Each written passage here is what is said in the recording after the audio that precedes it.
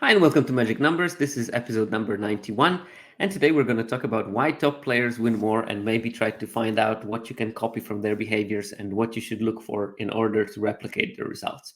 But before we go into that, I would like to thank my sponsors, that's mtgazone.com, and patrons. I would like to greet three new patrons, and that is Mario, Reese, and Gregorado. So thank you very much for joining the happy bunch of people that support me. And it goes quite a long way to support my content because it keeps my wife happy, keeps me motivated, multiple tasks achieved at the same time. And you also can get some benefits like getting to ask questions about whatever interests you during the episode if you are in the right tier. But before we move to the main topic, I would like to start with a preamble. You know, streaming and content creation is this game when you try to get as much as possible for yourself. But somehow I hear that a lot, but I never see that in limited content creation when most people that do create are quite closely related. They interact, they get inspired by each other. So I would like to use one of my preambles because why shouldn't I? To showcase my favorite content creator in limited, and that is Cord Calls. Because you should recognize greatness. And I think Cord is amazing in multiple ways. And I wanted to make a strong case for why you should listen to Cord, why you should support them, why you should interact. So first of all, Alex is a very good communicator. I listen to his podcast every week, and every single time I am amazed by how easily he can communicate complex problems that makes his content accessible for players of every single level of ability. If you are a seasoned grinder, you will still find something in his content easily. But if you are just a beginner in limited, you will still get quite a lot because it's communicated in such a intuitive way. Second of all, Alex is a very good gameplay tutor. If you watch his streams, then you will see very easily how not to make mistakes. He will walk you through in a way that is also accessible to everyone. And he's just a generally nice, sweet person, which is nice to know from your content creator. So that's one of the few Twitch streamers I watch very regularly, and there's a very good reason for that. So my preamble is give some more love to Corticals because he's amazing, and we're happy to have him as a person that creates content in our neck of the woods in terms of Magic. We can start talking about the main topic, but before that, I usually talk a bit about the metagame evolution, and that is how the metagame of the game of limited has changed from last week to now. You have the red bars. This is the frequency of the gameplay of each archetype. Red bars are the week 1, and blue bars are almost week 2 because we still don't have 2 weeks on the clock. But what you can see is that Rakdos and Golgari were the most played decks at around 16%. But across the first week, or after the first week, the rate of playing Boros has increased from 11% to almost 14%. So that's a big shift. And also we've seen a shift in how red cards are being picked, slightly higher. Which makes me think that there might be a slight drop of win rate of Golgari in the coming weeks because people realize how good it is and are starting to draft it more heavy. In terms of Rakdos and Golgari, there were cosmetic changes really under 1 percentage point. There has been also a bit more Gru drafting. It was at 9.8, now it's at 10.4. Not a big change, but change nonetheless. People stopped drafting Selesnya as often, dropped from 8.7 to 7.6. Very small changes with Izzet, Dimir. Izzet is around 8%, Dimir is around 9%. Slight drop off for Orzhov players from 9.5 to 8.4. And Simic and Azorius are way behind at around 5.5% of gameplay. Slight drops for those, but also in the cosmetic department. In terms of the win rates, first week, the two most winning decks was Boros and Rakdos at around 57.5. And both of them dropped by roughly a percentage points to 56.6, 56.3. Then Golgari was the third highest win rate deck with 56.5. That dropped to 56. Again, not massive changes.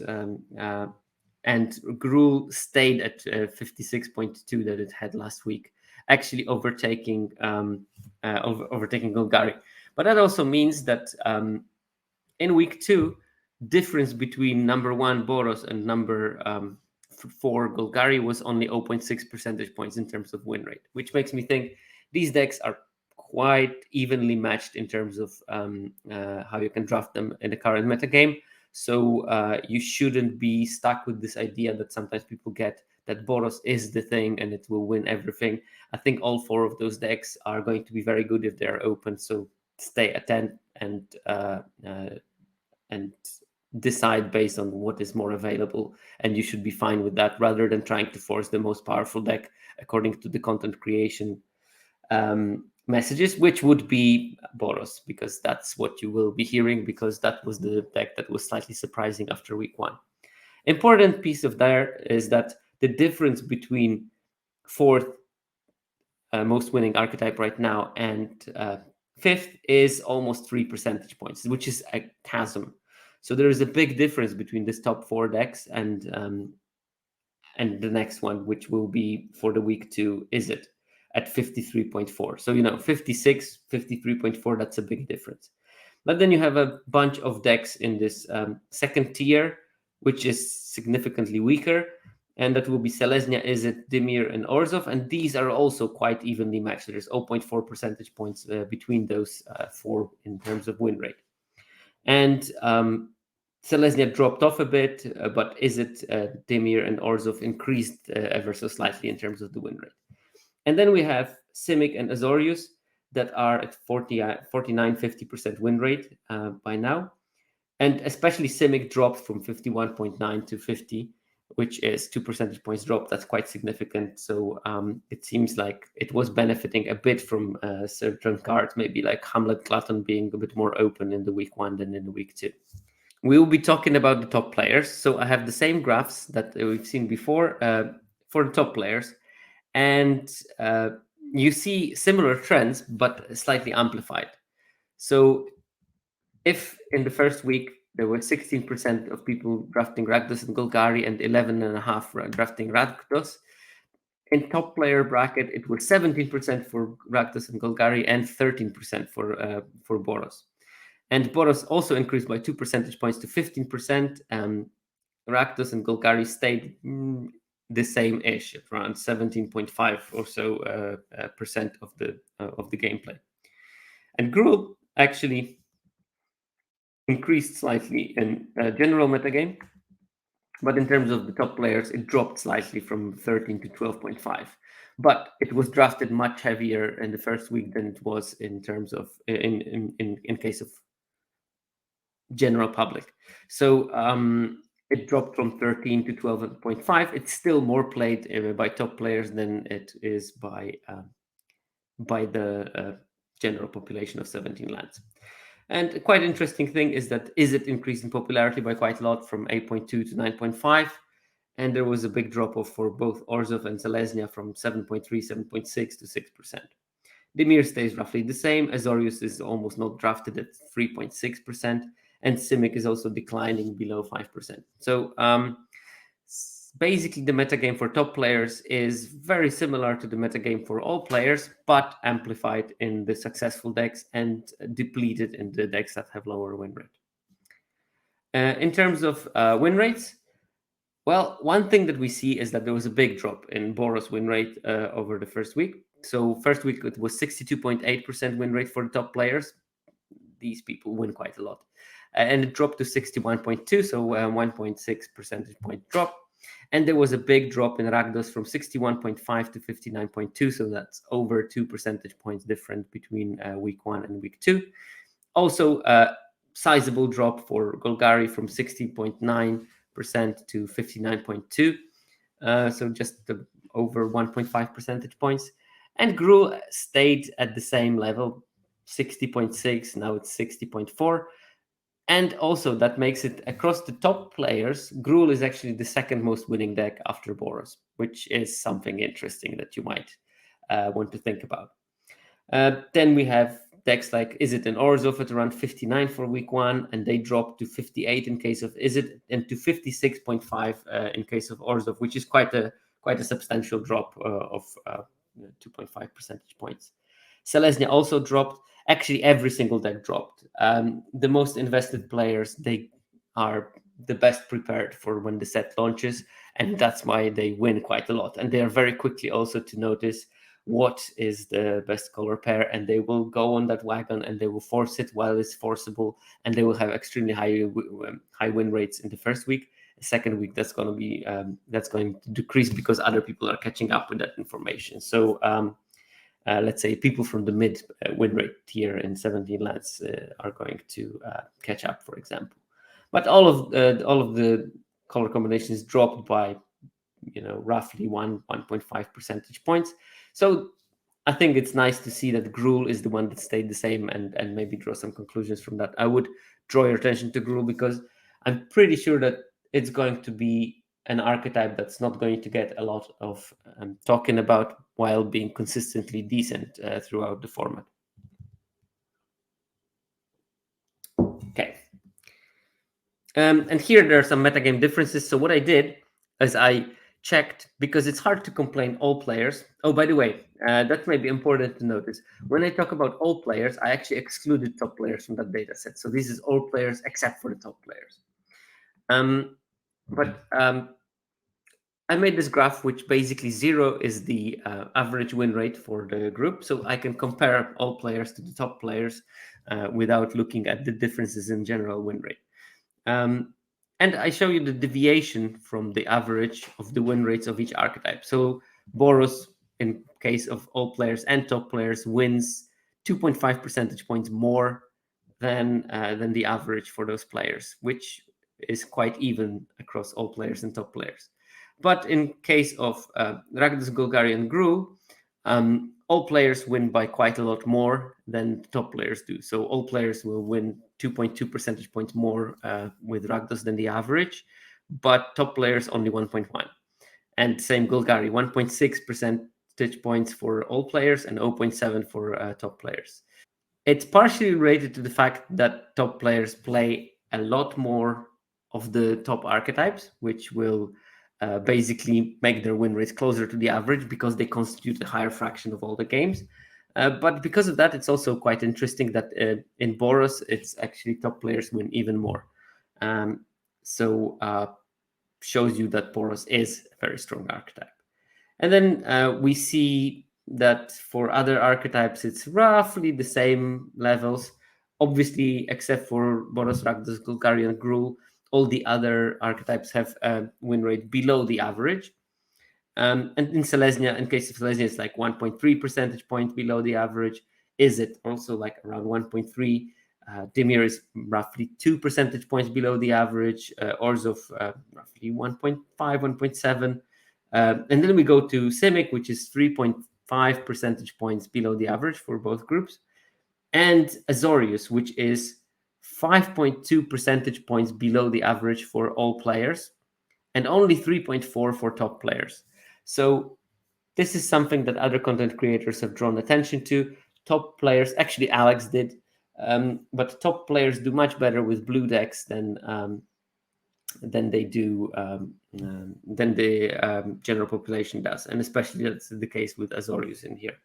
And you will see that some blue cards in top players' hands are actually one of the top commons, which cannot be said when you look at the data for the general population. So now we can move to the cards that are valued high by the top players or valued low by the not top players, whichever is the causal thing that remains to be seen. And how we do that, just to make it simple, I'm going to focus on the pick preference because that tells you something about how people perceive the format. And pick preference is what percentage of the time do players pick the card when they see it.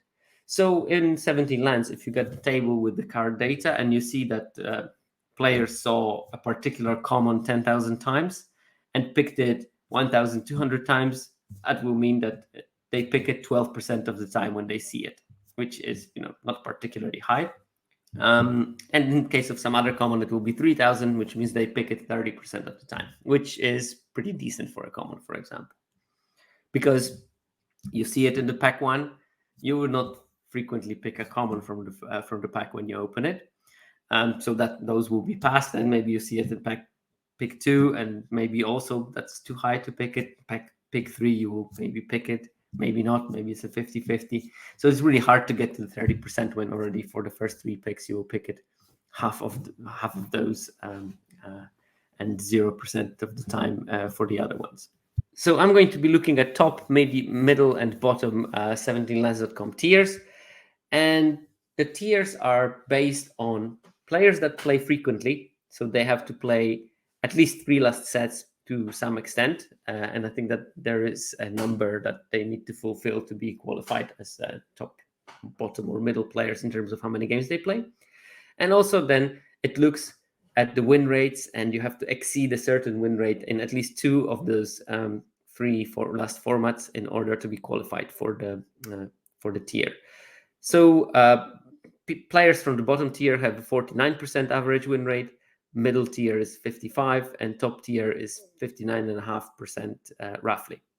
So when we're talking about the top tier, we're talking about people who win a lot. And also, just to give an impression, top players are roughly 20% of all the data in 17 lands. So when you look at the data from 17 lands, around 20% of the games that are recorded are made by those top players. And I don't know if people know that or don't, so I better specify it. Most of the players that use 17 lands are not classified in any of the tiers. So if you look at the general data, a lot of it is players that, because they didn't play enough in one of the sets or for some other reasons, are not classified in any of the tiers. It's if you're looking at top tier, you're going to reduce the sample sizes by quite a lot. And because you reduce the sample sizes by quite a lot, and we're still early in the format, you can also understand that the data we're talking about has potentially a large error. So don't take every single thing on the face value that it's written in stone. I'm pretty sure that a bunch of cards we're going to be talking about are false positives, false negatives, whatever we're looking at. So take it with a grain of salt and don't try to make super sweeping statements based on that. For the briefness of the presentation, I might make those sweeping statements, but keep in mind that not necessarily what you measure is close to the truth. Some of those cards might be just flukes caused by smaller sample sizes. Okay. So first, we're going to look at the preference of the pick of top players versus bottom players. And here we have the graph, but I'm going to explain to you what the numbers mean. This number, Imodane's Recruiter, is picked 22.3 percentage points higher by the top players. What does it mean? That if, for example, if the bottom players pick Imodane's Recruiter 20% of the times that they see it, this means that the top players will pick it 42.3% of the time when they see it.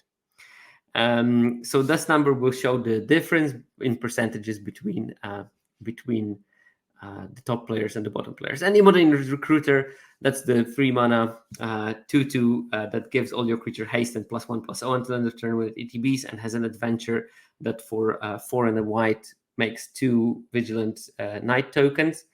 This is the best uncommon. It's better than most of the rares.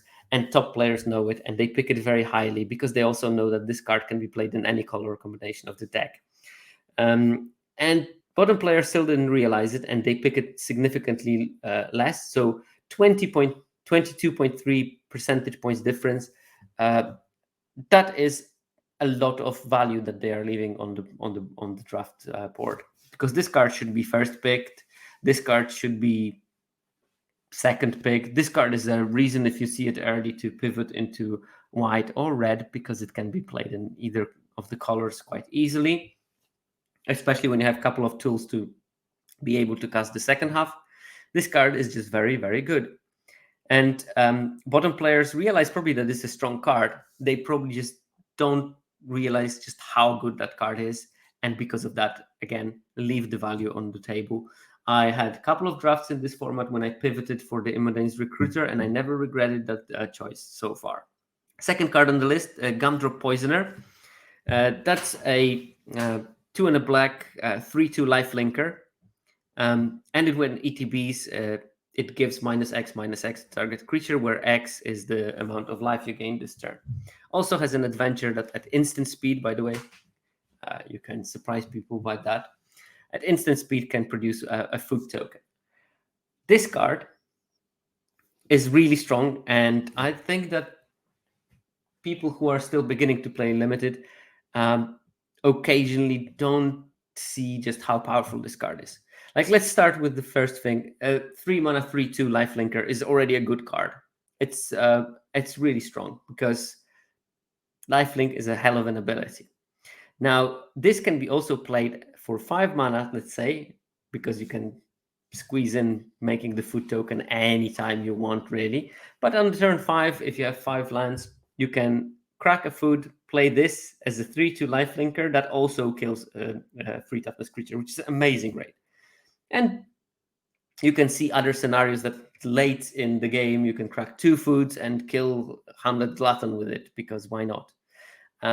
Card is really busted. It's one of the strongest rares in the set, and bottom players don't seem to understand fully how powerful the card is, while top players just draft it at very high rate because they know that this is going to be most likely one of the most powerful cards in their deck. What other cards do we have on that list? I'm not going to focus on the numbers, but Gumdrop Poisoner was 20 percentage point difference. The next 3 cards are going to be roughly 17 percentage point difference.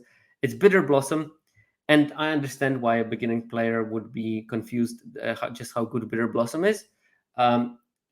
It took me some time to understand the power of the card without playing it before.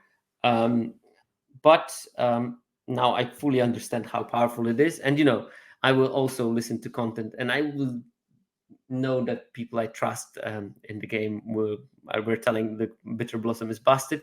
But, like 2-3 years ago, I would look at it and say, well, is that so good? Yes, that is so good. Making a 1/1 flyer every turn and just broadening the board and being able to kill opponent with those and block to lead to longer games because you're paying 1 life to sometimes prevent 3. It's just insane what this card does. If we play it on turn 2, it's really hard to imagine scenarios where you're going to lose. Sanguine asks that because it's an extra sheet, how big is the sample size? It doesn't matter how big the sample size for this is realistically, because I'm checking the pick preference. So it's going to be fine. If I would be looking at win rates, probably it wouldn't be large enough for me to go and look at the win rates for Bitter Blossom for those top versus bottom players. But for pick rates, it should be large enough. I can check very quickly. Card data, all users, top players, rarity, mythic. It's pretty small, but because it's such a highly taken card, the difference is going to be probably significant. But because, I'm not looking at the win rate, I'm looking at how many times people saw it, around 200, and how many times they take it, around 130 to 150 or something. So you will see like 75% of the time when top players see Bitter Blossom, they pick it, and then based on this data, it will be roughly 60 something percent for the lower win rate players. So it's still going to be picked very highly, just not as highly as the top players. This is going to be the case, and it was the case in the Lord of the Rings. Top players really pick those powerful cards very highly. And we have other cards: Witch Stalker's Frenzy, Welcome to Sweet Tooth, Gingerbread Hunter, Torch the Tower, Tough Cookie, Goblin Bombardment, Red Cup Gutter Dweller, Cut In, Agatha's Champion, Kellen the Fey-Blooded, Heartflame Duelist, and Monstrous Rage. All of those cards are really strong cards that maybe don't look amazingly strong when you read them. They still look great, but maybe not as amazing as they really are on the first read. And that's maybe what confuses the bottom tier players, who I assume are players that are just starting to play limited seriously enough to make 17 lands, but are still in the learning process of the ins and outs of the format, which is notoriously difficult to play and requires a lot of magic skills that even constructed players don't need. Because, for example, big problem of limited is that you need to be a decent deck builder. And to be good in Constructed, you don't even have to construct a deck. You just maybe need to optimize slightly something that was built by someone else. MBK asks, is there any evidence to suggest that this is amplified because top players are more often splashing and so are set up to take these cards mid-late more often? This is a very interesting question, but for that I will need to really look at the data, the public data sets when they are going to be released. This is based only on those big tables that are on 17 lands, and from those I cannot draw those kind of conclusions. I don't even know if there is a particular preference in terms of splashing for the top players. It's hard to answer also because based on the data from previous sets, it's actually the bottom tier players that splash more frequently. It's just that they do it suboptimally. That's a good choice from the Wung. It just tells that in pack 3, pick 1, took Recruiter because in green black because you can. Still, it's still probably good enough if you have enough fixing, which I assume you do. But yeah, all these cards that I mentioned are extremely powerful cards and should be taken very highly. And maybe I will make one exception in Goblin Bombardment. Goblin Bombardment is a very powerful card, but I did some data that I'm not going to show today, but maybe I will try to do something about it next week in terms of secret two-color cards. And Goblin Bombardment flagged as one of those secret two-color cards. That it is a great card, but most of its power is in red-black decks. And it's much stronger in red-black decks. Also okay in Boros, but it's pretty more powerful in red-black. But the rest of those cards are really strong and should be played, and top players understand it perfectly. Now we look at the preference between top players and middle players. And this is, I think, interesting one because this shows the difference between being really one of those top users with 60% win rate and being still a good player, because those middle players are good players. They have 55% win rate in ranked draft, which is a lot. Those ranked drafts are designed for the win rate to be oscillating around 50% because you are matched with people who are allegedly similar power level than you. If you're winning 55% of those games, that means that you're pretty strong. Imodane's Recruiter is still number one. There's a 12.2 percentage point difference between top players and middle players in drafting the Imodane's Recruiter. And I'm sure that middle players do know by now that Recruiter is the best card, best uncommon in the set, because they are 17 lands users, which makes me think that they at least occasionally will look at the win rates of cards on 17 lands, because also they are probably interested in what their data produces. So I would be surprised if they don't look at it.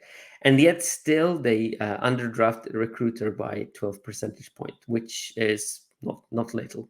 And then we have a significant drop at a 10 percentage point difference in Heartflame Duelist. If you don't know, Heartflame Duelist is the white 3/1 that gives all your spells lifelink. But it also has an adventure that is a 3 mana, deal 3 to something. So sort of like a solid remover that can be later used as a creature. So great Boros payoff. If you're a Boros and you can get it, you'll be really happy to play that. So that card is probably not being picked by people who don't need to play the white part, because this card is perfectly playable as the standalone adventure on its own, and maybe the middle players don't see that and they leave it on the table because they think, oh, you know what, I'm not Boros, I can't play the creature, so why would I pick the spell?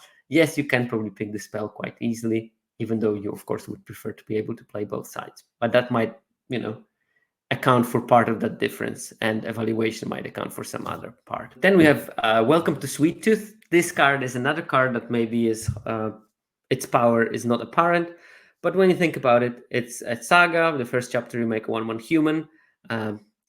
Second chapter is you make food, and third chapter is you put X +1/+1 counters where X is your food +1. So if you produce this one food, it will put 2 counters, and if you put it on that human, it will become a 3/3. So it is a sort of delayed 3/3 creature that will eventually gain you 3 life or some other kind of ability for 2 mana, which is a great value.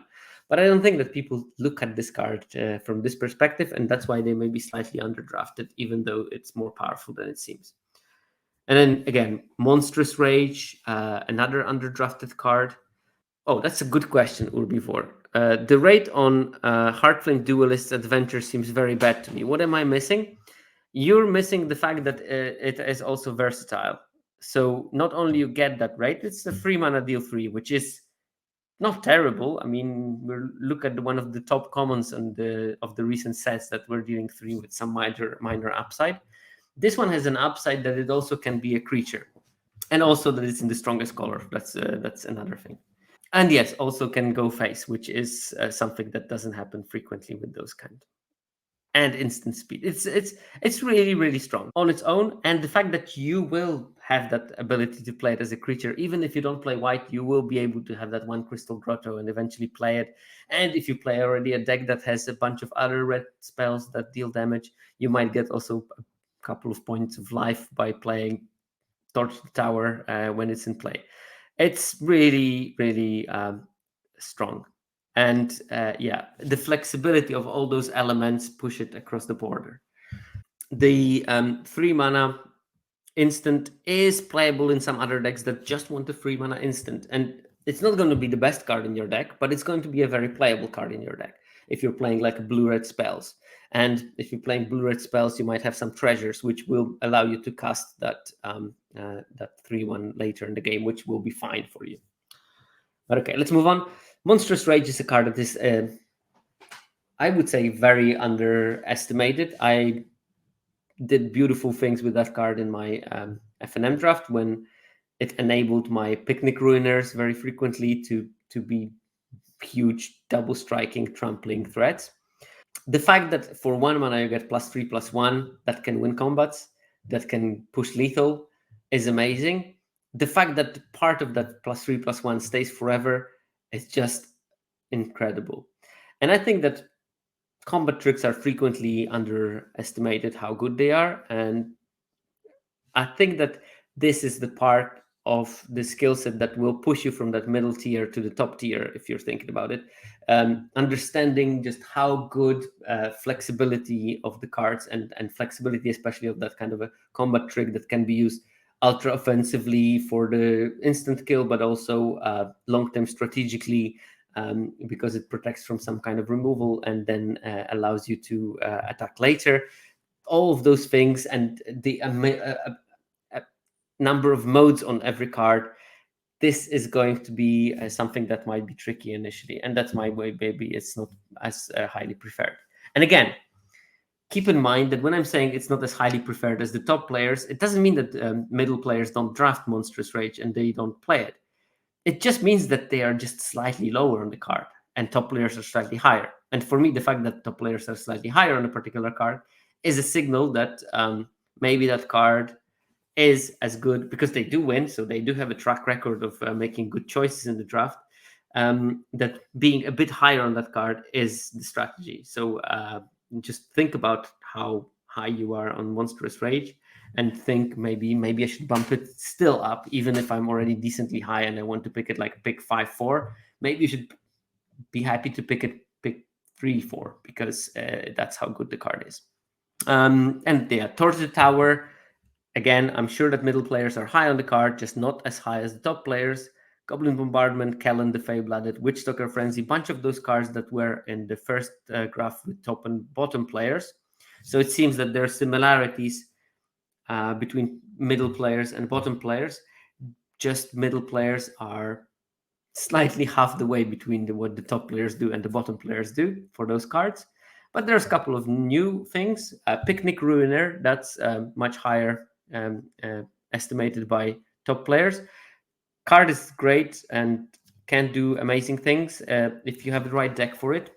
And if you want to play very aggressive decks with things like Monstrous Rage, that card is really good. Gingerbread Hunter, that's also top players are higher. And if I remember correctly, the bottom players, it was not. Oh no, it was on the list. So still one of those cards. Cut In was on both lists. Edgewall In, I guess it was not on the previous list, but this on this one.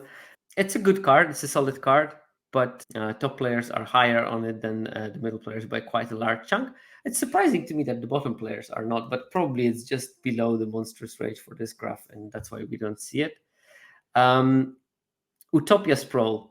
That card is also very strong. It's a 1 mana ramp spell, and that's a big difference because 2 mana, you play your mana dork, and it's in the range of removal already, and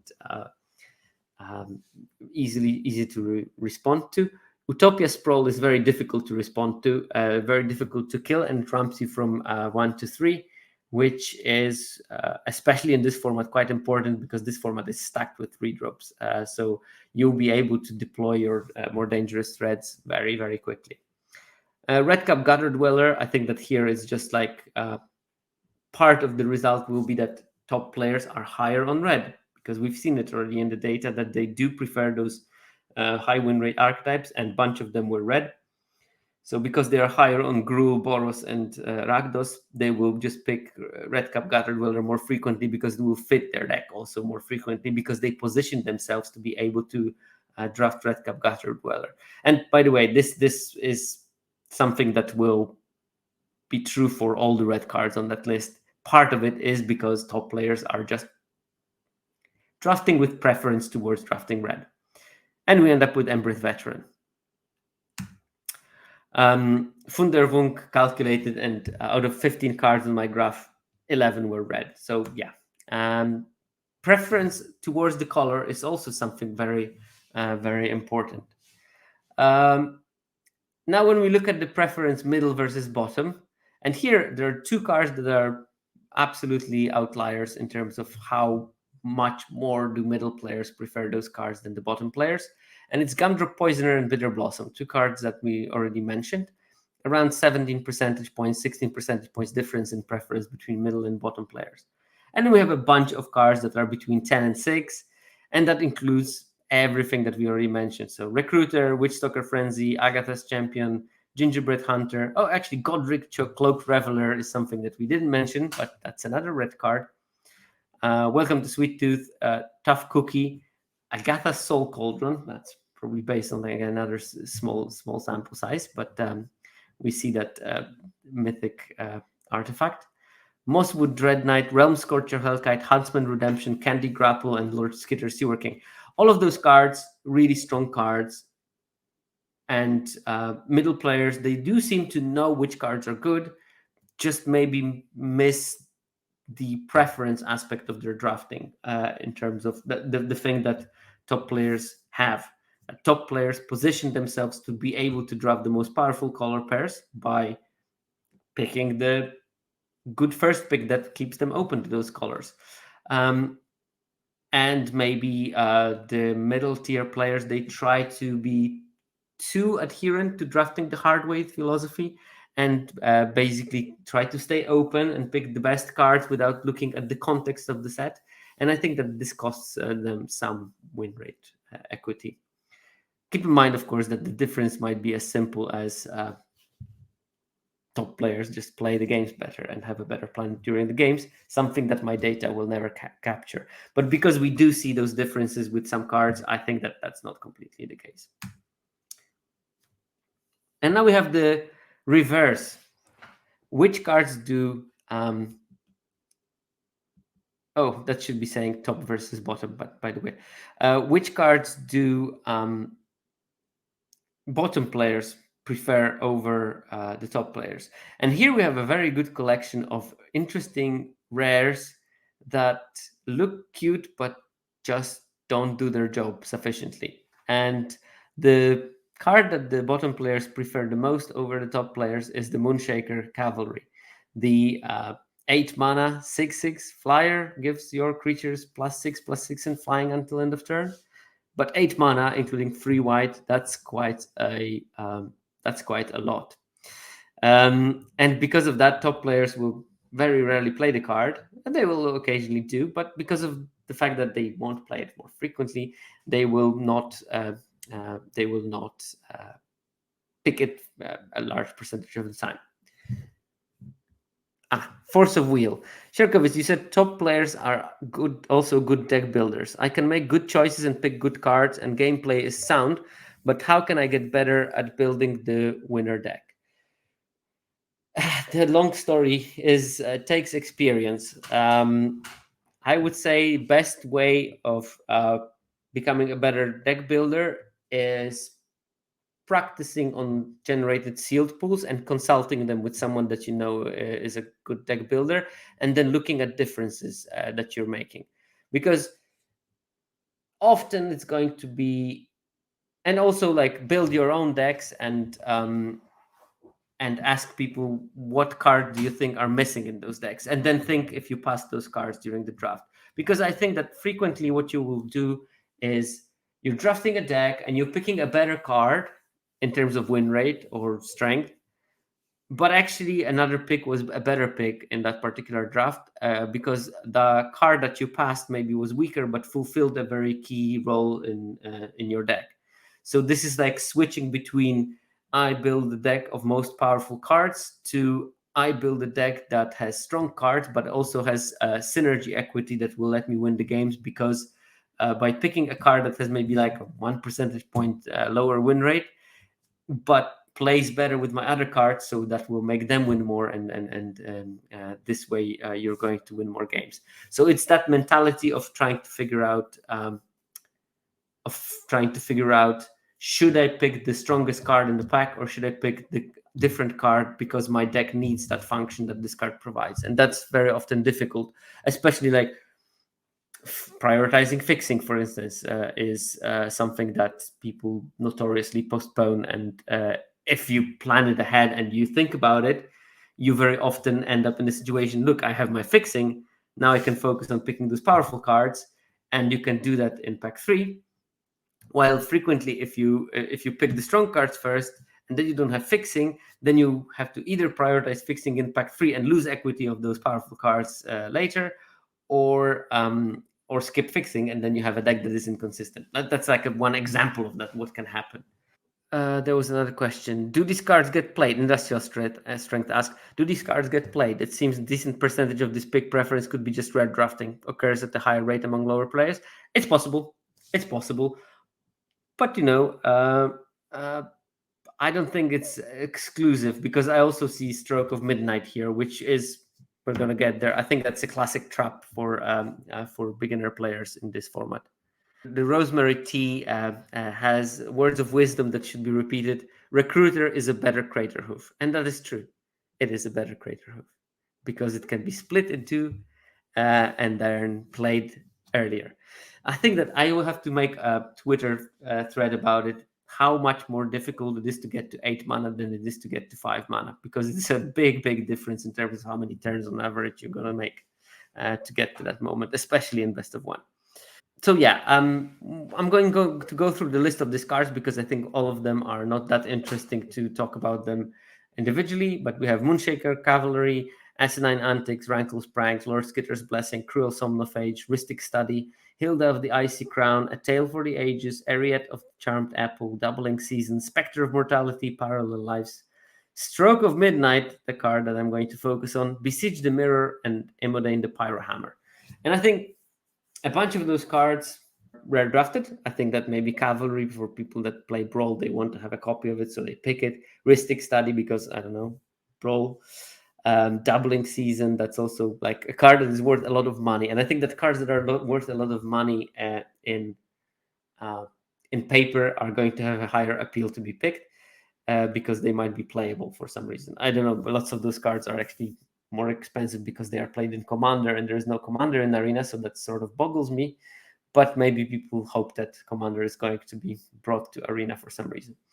And there's like Besiege the Mirror, which is a card that will be playable in many formats, I'm sure. So that's a solid rare drafting pick. But there's also a bunch of cards that I see players, a particular type of a player, loving those cards.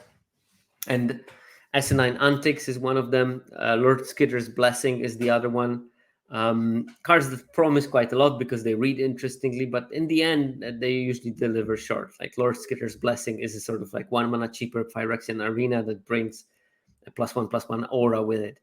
And If my opponent really hates me drawing those extra cards, they can easily kill my creature with aura and stop Lord Skitter's Blessing from working.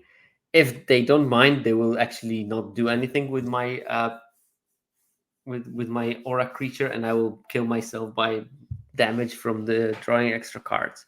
So that card is problematic because if the opponent's deck is well built, they can decide whether I draw the cards or whether I not, and they will do it.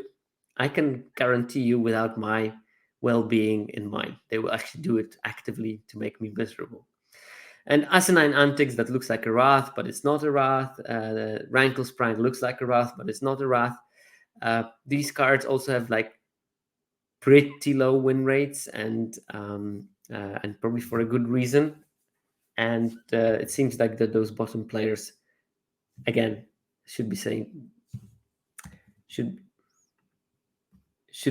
bottom here. They do love it. And then we have Stroke of Midnight, which is not the only non-rare card on that list. And it's a bad removal, unfortunately. It looks like maybe it's going to be playable. It's a 3-mana instant that kills something, and its controller gets a 1/1 human token, which doesn't seem like a lot, especially when you think of your perfect scenarios and say, I'm going to only kill Hamlet Gluttons with that. The reality is that with some decks, you're going to have to killing a 3/3 or a 2/2 even with that card, and replacing a 2/2 with a 1/1, that's not like an amazing deal that is worth 3 mana, and that's unfortunately the problem with that card. It's going to be amazing when you kill this Hamlet Glutton, but that's going to be probably like some small percentage of the time. Stroke is probably much worse because you can bargain away the human that you get for that. So yeah, Urbi4, I think that's it would be better if that would not be the case. Sanguine is asking, have we seen a good version of those cards ever that give a token? There were a couple of good cards that give someone a token, but usually the token had like an issue with it, but it was not like a removal spell. I think that basically what they should do is they give a token that is some sort of a body, but it's actually a burden that cannot block or something. Because if it can block, that's going to be always a pretty bad deal. So these are the differences between the top and the bottom, and now we're looking at the actual difference cards that are different between top and the middle. And we'll see some of those same cards actually. Agatha's Soul Cauldron is the top card that middle tier players love. I mean, honestly, I did propose a couple of combos with Agatha's Cauldron that I think is good. I think that the card is can be pretty decent in black-green decks. That will include Ginger Brute in some shape or form, and that's the sort of mini combo. You exile Ginger Brute with a Soul Cauldron, and then you can give unblockability to your big threats, and that can end game quite quickly. But it's not like a super high pick for me in terms of the draft. I mean, I would love to have it somewhere later, which is the tragedy of the mythic rares in general, that the poor ones that might be an interesting build around, but you don't want to first pick it. These cards you will never see late, so therefore you will never be able to build around them because of their rarity. And Agatha's Soul Cauldron is a super strong card for constructed. That's why it's going to be probably picked by those middle tier players because they want to build their decks. We see Lord Skitter's Blessing again in second place this time. And we see Cruel Somnophage, the Lurgoy version of this set again. Also, we see Talion the Kindly Lord that is picked by the middle players higher. Another card I made a Twitter thread about. I guess that this shows also a bit of preference to play Dimir by the middle players. And I think that those preferences are quite important to take into account because there are some color combinations that are quite popular, always independent of the power level, and Dimir is one of them. We have Rankle's Prank, Hilda of the Icy Crown, like in the previous Besiege the Mirror, Ariette of the Charmed Apple, Imodane the Pyro Hammer. These are all, when you think about it, the Icy Crown, Hilda of the Icy Crown, Ariette, Imodane, these are all build-around cards. And top players, whether you love it or not, look like they're very careful on when to pick to play some kind of a build around. And there is a reason to that. Build arounds are hard, they don't come together, you end up with an absolute train wreck of a deck. I'm not going to tell you not to play them because that would be cruel, and I don't think it's a good idea not to play the build arounds. I think it's a good idea to understand that when you play build around decks, you are going to potentially lose some of them. But I often play build arounds because I just find them fun, and I take the L's, and I love it when it comes together and I win. But I do know that build arounds are risky, especially when you first pick it. I actually first picked Hilda in my last draft, but I had to abandon blue white like middle of the draft because there was just nothing going on with that, and that's sad for that card because it would be great if I could get pick 5 when I know that there were some cards that were passed around that were good with Hilda. And unfortunately, because it's a mythic, it will never happen. But okay, we also see one card that I maybe want to mention, Back for Seconds. Not a big difference, 6.5 percentage points, but this card has pretty bad numbers in this set. I don't know exactly why, because it looks powerful, and I haven't got the chance to play with it really. So I will need to investigate and see what exactly doesn't work with that card. But it has pretty bad numbers, and top players do know it, and I think that they started avoiding it.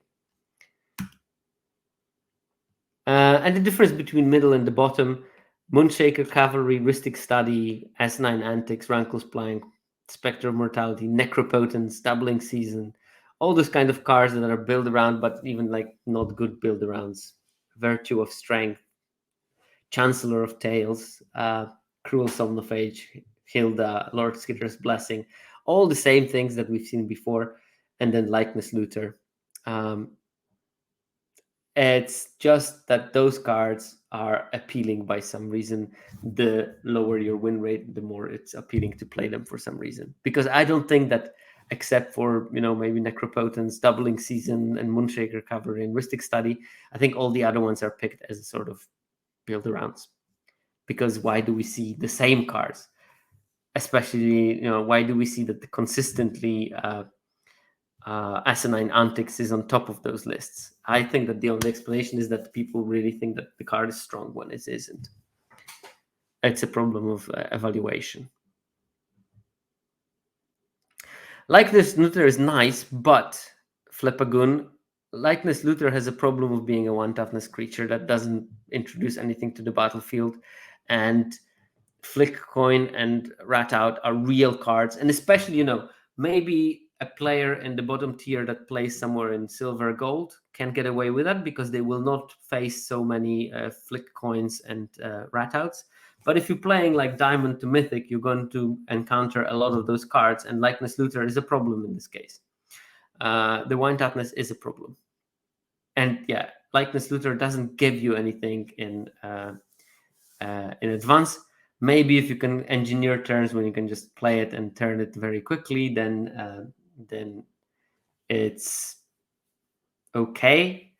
But on the other hand, like Demir is just generally not that great. It's okay, but it's not great. So I don't know if it's worth playing a card that you have to really go out of your way to make sure that it works, rather than anything else. Yeah, 3/1 mice have the same problem, that this card is now being hosed a lot. Still worth playing in some decks, I think, but I would be careful with that. Yeah, Fugu Fiend. It's fine, but not something you want to take in the first 3-5 picks. And the problem, of course, is that you will not see it in pick 6 very frequently. That's the tragedy of the rares. I really have to make a thread about it because I think that's an interesting topic. And that was it for the pick difference. Let's look at the differences in the win rates between those tiers. I think that's where you will see some pretty interesting things. First, we will look at the win rate difference between top and bottom. And again, this is in percentage points. So if the difference in ice out between top and bottom is 14 percentage points, it means that if the bottom tier players have a 50%, then the top tier players have 64. Yeah, that you just add that number. And these are the top 15 cards that have the highest difference between top and bottom players. Mind you, this is not for all cards in the set. Only roughly half of the cards qualified for that because they had a big enough sample size for 17 lines to assign them a win rate in each tier. So most of those cards that we're looking will be commons and uncommons. There are not many rares that fulfill those criteria, but there are some. But the biggest difference, win rate different cards between top and the bottom tier is Ice Out, the 3-mana counterspell that can bargain to cost only 2. And there's 14 percentage points difference between the win rate of top players and bottom players with this card. Game in hand win rate, by the way. And the second one is Living Lectern, the 0/4 wall for 1 and a blue. That can be sacrificed to make a young hero roll, which was a bit of a surprise. Also 14% by percentage points difference, by the way. Then we see Shrouded Shepherd. That's a white 2/2 for 2 that gives +2/+2 to something when it ETBs, and it has an adventure that for 1 and a black can give -1/-1 to every creature opponent controls.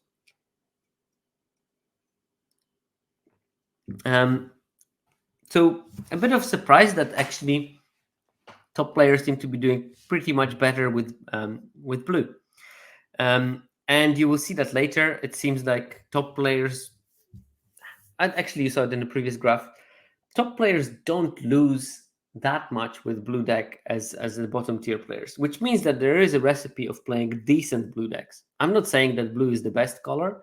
I think I'll leave that statement to the 4 within the next, my bet, 5 days to hear that blue is busted.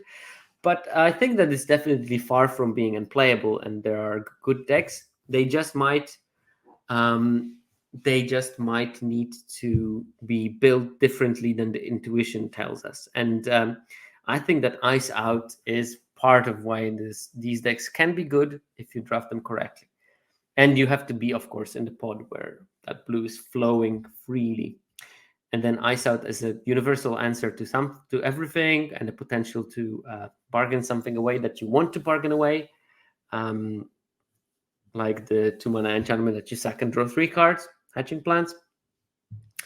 I think that it's pretty strong in that combination. Then we have Troyan the Gutsy Explorer, 13.6 percentage point difference in win rate. That card probably not on its own power, but on the fact that top players will be able to build much better version of those ramp decks than bottom tier players, because these are more difficult to make synergistic and make powerful than, let's say, your run-of-the-mill aggro. Savior of the Sleeping, big difference in win rate, and there will be plenty of other appearances of that card. So that's the 2 and a white 2/3 vigilance creature. When enchantment you control goes into graveyard, you can put a +1/+1 counter on it. And I think that the difference here is because bottom tier players will just play it as a 2/3 vigilance creature with potentially small upside at some stage of the game, while top players will play it in a deck where this card is actively good. And I think that this is the big difference. And we have Up the Beanstalk, another build around that is powerful but tricky to do. Archive Dragon, it's a 6-mana 4/6 flyer, which makes it tricky to play because you need to survive to that time. And top players will do better in decks with Archive Dragon because control is just more difficult to survive because you have so many decisions that are quite important, and top players will be capable of making those right decisions more frequently, while the bottom's not. And then we have Welcome to Sweet Tooth. We talked about the card. Frolicking Familiar, another card that offers quite a lot of choice and interesting play patterns. That's the Flying Otter. That can also pink for 1 as an adventure. Archon's Glory, another, just to prove the point that not only control decks are difficult in gameplay and constructing plans. Archon Glory as a combat trick offers a lot of decisions, because you need to think, do I want to play it, save my creature, because later maybe I can bargain away my Princess Takes Flight, and that's very important for me and may win me the game. But I can save my 2/2 right now and maybe push enough damage that I will not even need the Princess Takes Flight. Do I bargain something away to give lifelink or not? Do I play it pre-combat to attack with flying, or pre-blocks to attack with flying and avoid blockers? Do I use it defensively? So it is an aggro card, but it offers so much choice, and it's not surprising that this particular card from all the aggro cards is on that list, because you need to think a couple of turns ahead in order to play it, and top players will do that. Bottom players, not necessarily. That's why we see the 12.5% difference in win rate. Dragon Mantle, that's probably also like a question of putting it in your deck or not. Card will be much better if you have some kind of evasive threats, and if you don't, it might be just not good enough. It's like 1 mana cycling. So I'm pretty sure that top players will put it in the right deck more frequently than not. Shrey of Numbering Depths, I think that here it is the equity of that card being splashed more often in the by the top players, and not played in the strict white-blue deck, which might create some of the difference. We have Glass Casket, Fawn's Bane Troll, and Gadwig's First Duel. 12 percentage points difference is not that much. Now for the cards that have the smallest difference between the top and the bottom players. And here we have a couple of groups of cards. First, we have cards that are just not working for the top players. And I think that here we have Dream Spoilers, when the difference between top and the bottom players is just 3.8 percentage points, which is pretty little. Rhyme for Reindeer, the 3/4 that taps a creature when enchantment ATBs. That card only 5.1%. I think that's mainly because it doesn't work very well for the top players. Tempest Heart, I think, will be on that list, and potentially Curiosity, and potentially Obira. I think that those decks are just not working so great for the top players in this format. Also, we will have some cards that probably have smaller delta because they are just generally strong. And here we have like Lord Skitter, Sewer King. The card is just so strong and straightforward in what it does that it's going to be powerful, whatever your ability level and whatever your experience in drafting is. And Royal Treatment and that card and Candy Grapple, all these cards are just very powerful on their own, so you don't need to do much. They will let you win the games if you play them at right time. And then we have a couple of cards that can go either way. I'm thinking about Sir Armand the Redeemer. Maybe it has some amount of power, but it can be pretty clunky at some stage. The point is that the card does not offer much choice. Average gap between top and bottom is 10 percentage points. So here we're looking at decreasing it by 50% or so in terms of the size of the gap. We have things like Howling Galefang that is just a 4 mana 4/4 that occasionally will have haste and always has vigilance. I think that this card just basically is very flat in terms of how you play it, and that's why we see it on that list. In terms of the differences in win rate between top and middle players, and here the average will be around 5 percentage point. I think that the two cards that are most impressive in terms of the difference is Gadwig's First Duel and Tenacious Tome Seeker. And both of those cards are blue, showing that top players do way better with blue, and that you can see from that list. You have not only this, you have Living Lectern, you have Frolicking Familiar, Archive Dragon, Aquatic Alchemist, Mocking Sprite, Johan, which is partially blue, Ice Out. All those cards are blue. So like more than a half of this list of cards are blue cards, just showing that there is a trend of top players being better in playing blue. But Gadwig's First Duel requires a certain setup. First of all, you need to have a decent target for the curse. Second, you need to play it in such a way that you have the possibility of utilizing the third chapter well. And the third chapter, I remind you, is you copy and whenever next time you cast a spell that costs 3 or less, you can copy it and choose new targets for the copy. Now, those two things require quite a lot of careful thinking about where to play it, because you don't want to play it too early, because then you curse something bad. You don't want to play it when you don't have a target for curse. You don't want to play it when you will not have that 3 mana spell that you can cast at certain moment. So yeah, I think that top players will be able to position it better. And yes, it is one of the weakest uncommons in the set, but in general, top players will have a higher win rate with blue, so they might make Gadwick into just about passable. Other card, we see Niva Stockbite Nightmares, still also a low win rate card, but top players will be able to position it slightly better. We have another Saga in the Witch's Vanity with 6.5% win rate, but because there is only 5% win rate, 5 percentage point win rate difference between top and middle, I don't think that we have a credible authority to say that those differences are much higher than the average. Witch's Vanity, on the other hand, it is a great card. Still good players can squeeze out much more from that because they can play it in the right time. In terms of the cards where there are smallest difference between top and the middle players, we again have Dream Spoilers and Obira Dreaming Duelist and Snare Master Sprite. All those things were there already when looking at top versus bottom players. I just think that this format is not conducive of playing blue-white in high tables. This is maybe something I should maybe draw more attention to. Top players will frequently play in Mythic, and probably there's a good case to be had that Fairy deck is not great against good players, because it's easy to cripple, it's easy to make sure that you are going to be in a better position if you know what you're doing.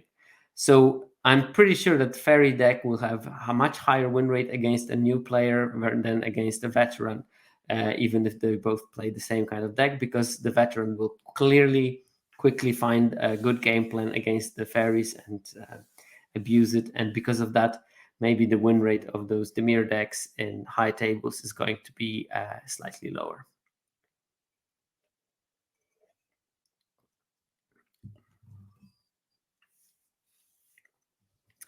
Other cards that we see quite flat are the cards that I think are flat on the power level. Graceful Takedown, I mean, just like basically your creatures deal damage to opponent creature. Nothing fancy about it, but pretty strong, so win rate is very similar. Lord Skitter's Butcher and Lord Skitter and Hamlet Glutton are all strong cards. Totentanz is a strong card. Grand Bold Guest is a good synergy card. All of them have a very similar win rate between those tiers. We have Curiosity that has similar. Sweet Tooth Witch, also a powerful card. I think that all of those are just defending themselves on their own power, and they don't have a big difference because of that. In terms of middle and bottom win rate differences, I think that this is an interesting part, because if you are a starting player, you probably want to look at what middle players are doing differently than you, because that's the next level you're aspiring to. It might be sometimes even a mistake to focus on the top players and their gameplay, because in order for them to have that good gameplay, they have to go through particular levels of skill development, and you can't just jump from where you are right now into where they are. You probably need to go step by step and figure out things. Doesn't mean it will take long. It will take, depending on how much effort you put in, but probably to conceptualize a certain thing that top players know, you need to accrue certain heuristics from other levels. Otherwise, it will become too much of a jump to go straight from, I played my first draft into, that's why Sam Black is doing those loop-de-loops. You need to probably gather a bunch of things in between. But the biggest difference card, Savior of the Sleeping, I am pretty convinced, although I can't prove it really, that bottom players just play it too frequently because they think that 2/3 vigilance is just good on rate, while middle players will play it in decks that can utilize the synergy and make it at least into a 3/4, if not more, where the card actually can be decent.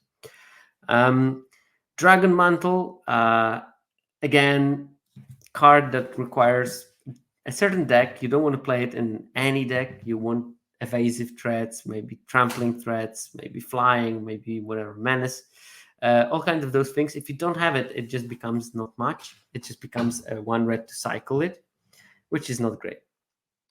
What do we have? Up the Beanstalk, tricky build around that will not always work. I think that the trouble of Up the Beanstalk with the bottom players is that they think that blue-green is the archetype when you want to cast spells with cost 5 or greater, but in fact it's not. I think in fact it's Gruul and Golgari that are the best color pairs for playing Up the Beanstalk, and maybe that's why they fail.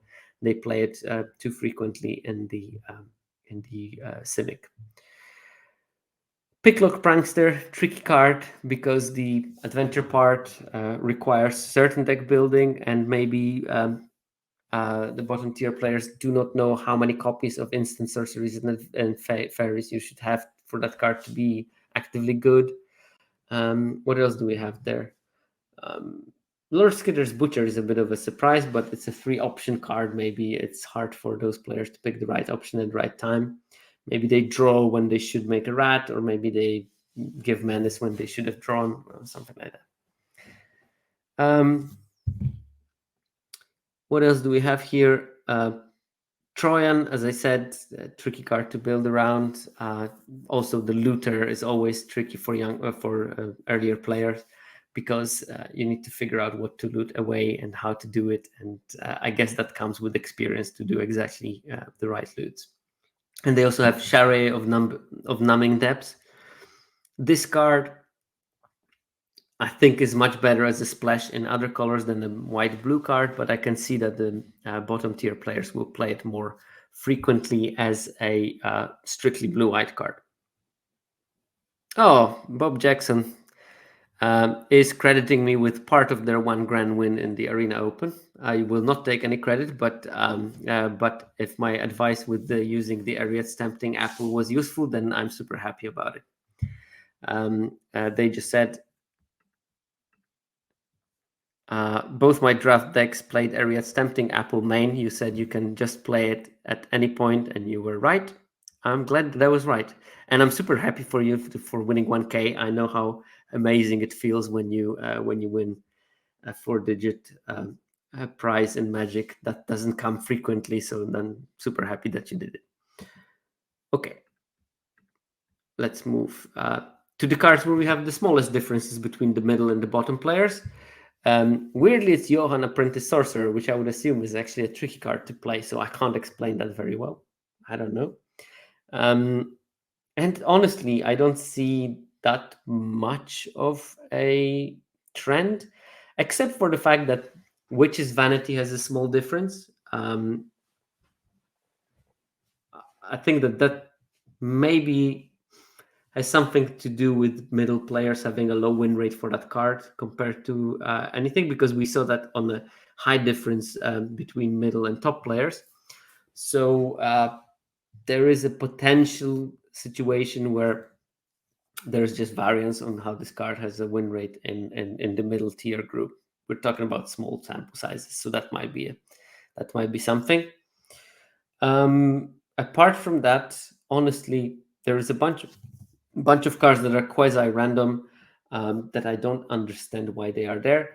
Vampiric Rites, Callous Sellsword are sort of on theme of this Steal and Sack. Maybe the middle tier players are trying to force it too frequently, and it's more cute than good.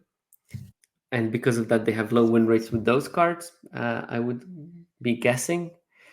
Apart from that, hard to say what's going on in here, and not all the data must make sense, especially when we're basing it on relatively small sample sizes, and especially bottom tier is smallish.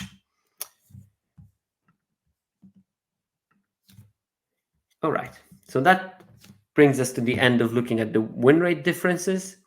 And now I wanted to talk about something that I've observed, and that may be a spoiler for the upcoming episode. I don't know if they're going to be next week or in 2 weeks or in 3 weeks, but I definitely want to look into the speed of the game and length of the game. And I was just exploring the data, as one does in their spare time, and I decided to try to get the first impression of the cards, of the decks that want to play longer games in this format, because it is a relatively fast format in terms of the game duration, but game duration does not give you full information. Like, for example, one, as Funderwunk in the chat is mentioning, was the fastest format so far, but I think that the speed of Phyrexia Obi-Wan is partially caused not by the fact that the format was so fast, but by the fact that decks were very disproportionately paired. So you had those games that you overrun your opponent quite easily. And I think that was the case in one, because I see that a lot of games when the opponent was on the draw ended very quickly with their win, for example, which wouldn't make sense if the format was fast, that you will be overpowering people on the draw. That would be the play advantage in one was smaller than you would expect from how fast the format was. And that, to me, suggests that it was caused not by that intrinsic speed of the format, but because the decks were badly matched and 17 lens users were having just way better decks and they were winning because they didn't try to win with toxic, they tried to win with damage and they played more gruel and things like that. So I want to go deeper into the game speed, but before I get the proper data, because I cannot analyze it with the data that we currently have, I decided to take a look at what is the game duration in this set, and is there any trend with the cards. Now, I don't have the game duration data because that will only come out when the public data sets are going to be available, and they are still not. So the only way of me to estimate the game duration was to look at what is the percentage of the games that a given card was drawn in.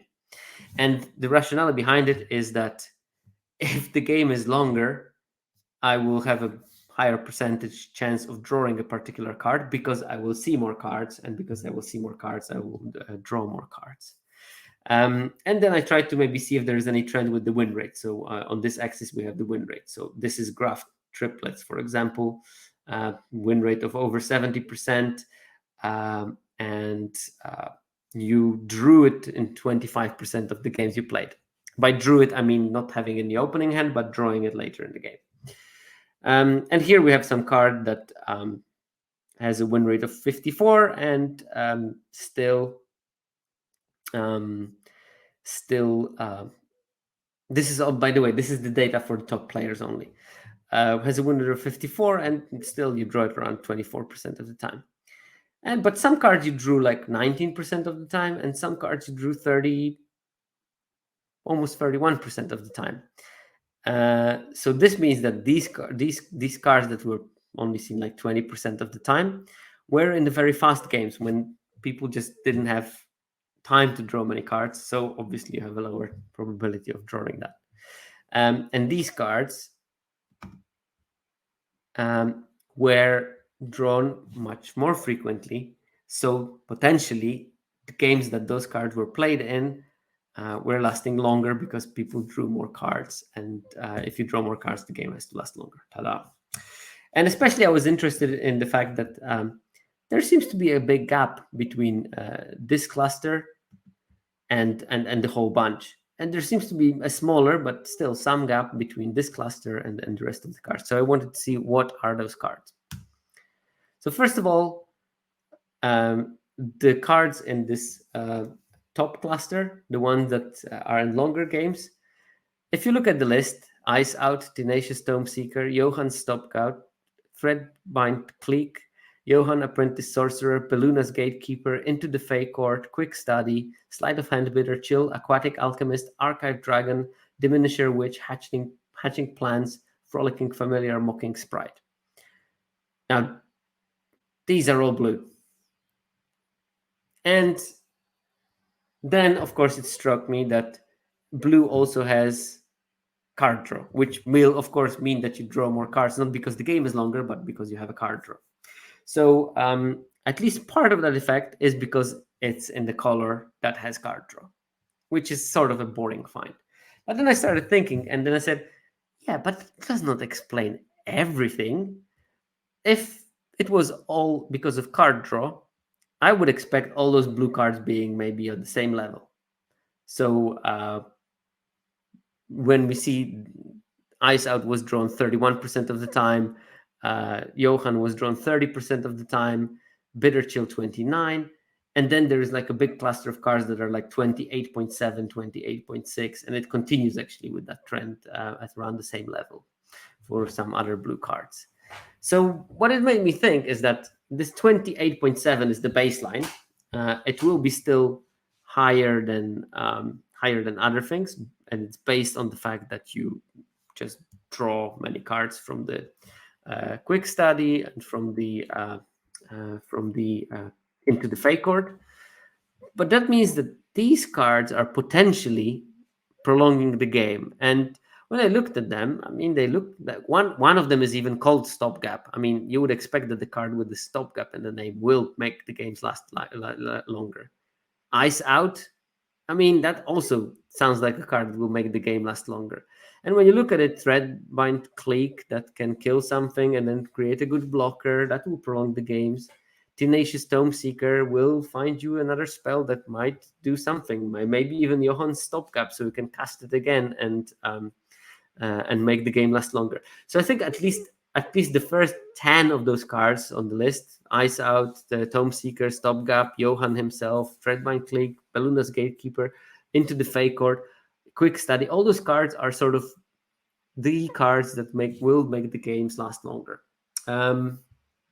And some of those cards are just, you draw more of them because they are played in the color that has a lot of card draw, and that's it. But I think that especially looking at the fact that the top players had much better results in blue than other groups, I would say look at those cards as a sort of basis of your blue control deck, of what you need in those decks. All cards on those lists are important for blue, and especially Ice Out turns out to be like the key pivotal card for the blue decks, and the reason why top players are not having atrocious results with blue decks, but merely underwhelming, which is important because if you're going to play, sometimes you will just have to play blue, and you need to know which cards are absolutely key for that. Well, Funderwung, there is a problem with so Funderwung says, if it was all due to card draw, I think you'd expect Hatching Plans to be higher on the list. But would you? Because it's Hatching Plans that's making the drawing of the cards, and it drawing cards should not impact how frequently you draw it. It's the other card draw, if anything, because you will, unless you have two Hatching Plans, you will never draw your Hatching Plans through the Hatching Plans. You will draw all the other cards through the Hatching Plans. That's at least my rationale behind it. Kenshin's stream has an excellent question. Do they make the game last longer by preventing oneself from winning faster if we played other cards? I'm not sure if the logic behind it is making the cards good or worse. This is something that I will have to answer with a proper data set. And this one was just an exploratory kind of venture into that area. I did it for some other formats when I looked at cards, and I called some of them speed bumps. And these are the cards that are making the game last longer, but in the end you're just going to lose. It just will take longer. And some of them were control cards, where they make the game longer but also make you win more. So I will have to test it, but I can't test it with this data set. I can only test it when I have the proper game length data. We also have the cards that make the games last shorter. And here we have Tattered Ratter, Harriet Spearguard, Knowing Crescendo, Ash Party Crusher, Belligerent of the Ball, Armory Mice, Embreth Veteran, Slumbering Keepguard, Grand Bull Guest, Gingerbrute, Totentans, and Gallant Pie Wielder. All of them super aggressive card, none of them more expensive than 3 mana, bunch of them 1-drops. We have Harried Spirit Guard, we have Embereth Veteran, we have Slumbering Keep Guard, Ginger Brute. These are all 1-drops. Grand Bull Guest, Armory Mice, Ash, 2-drops that have Celebration, Gallant Pie Wielder, potential double striker, which can lead to some situations when you do a lot of damage in one turn. Knowing Crescendo, a card that is really good when you have like a bunch of 1-drops in your deck and a bunch of rat generators, because you can push a tremendous amount of damage at some stage. If you don't have the recruiter, of course, it's always better to have a recruiter in your deck. But if you don't, you don't. Funnily enough, recruiter is not on that list because recruiter does have this kind of like, I want the game to last a bit longer vibe, because then you can cast both sides of the card and then eventually win. But all of those cards show you what would be the backbone of the potential super aggressive deck. And I'm not even talking about aggro. I'm talking about super aggro. I'm talking about this kind of aggro that will play Knowing Crescendo. Knowing Crescendo is a 3-mana instant that gives +2/+0 to all your creatures, and whenever a creature dies, a non-token creature dies on the turn, you make a rat. So you basically swing with 5 creature, play Knowing Crescendo, and threaten the 15 damage. Some of those creatures will be blocked, but they will die and they will turn into rats, blah, blah, blah. So this is like the baseline of this like super ultra aggressive, and you can see that there are maybe 2 flavors of it.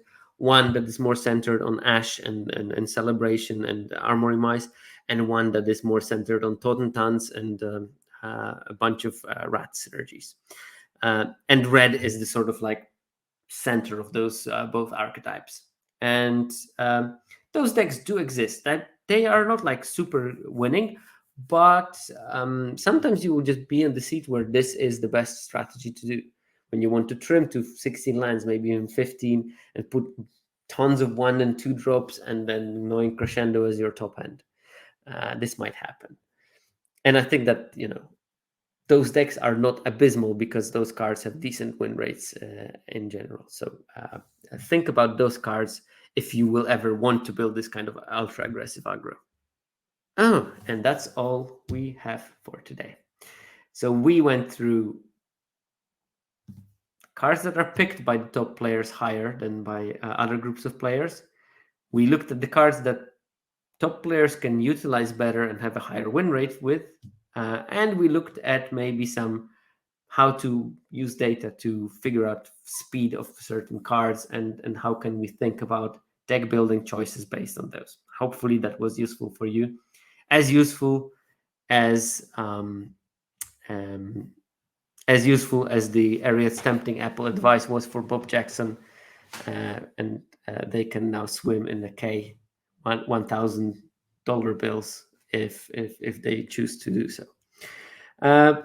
Okay, so that will end. I would like to thank 17 Lands team, because without them, there wouldn't be magic numbers, because where would I get numbers from? So thanks to them, and please do support them. I'd like to thank Fake Jake Brown, who is my guardian angel in terms of releasing the podcast and releasing the stream in a podcast form. And I would like to thank, while we're at it, Asescu and Mana Junkie for the music that we use in the podcast. Apart from that, big thanks to MTGA Zone, and big thanks to my new patrons, Gregorado and Reese Powell, and also Mario, and all the other patrons who are not new, but nonetheless very much appreciated. And with that, I'll see you next week.